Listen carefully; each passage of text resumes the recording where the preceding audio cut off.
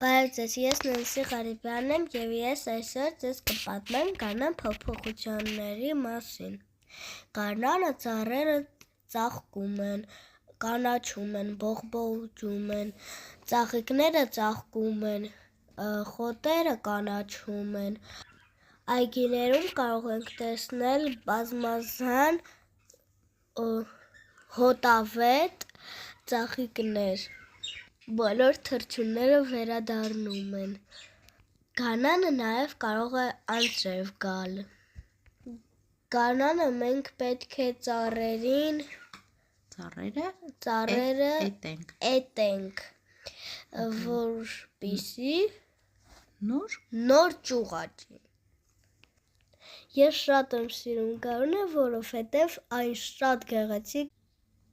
Ձեզ եմ ներկայացնում իմ գարնանային ֆոտոշարքը։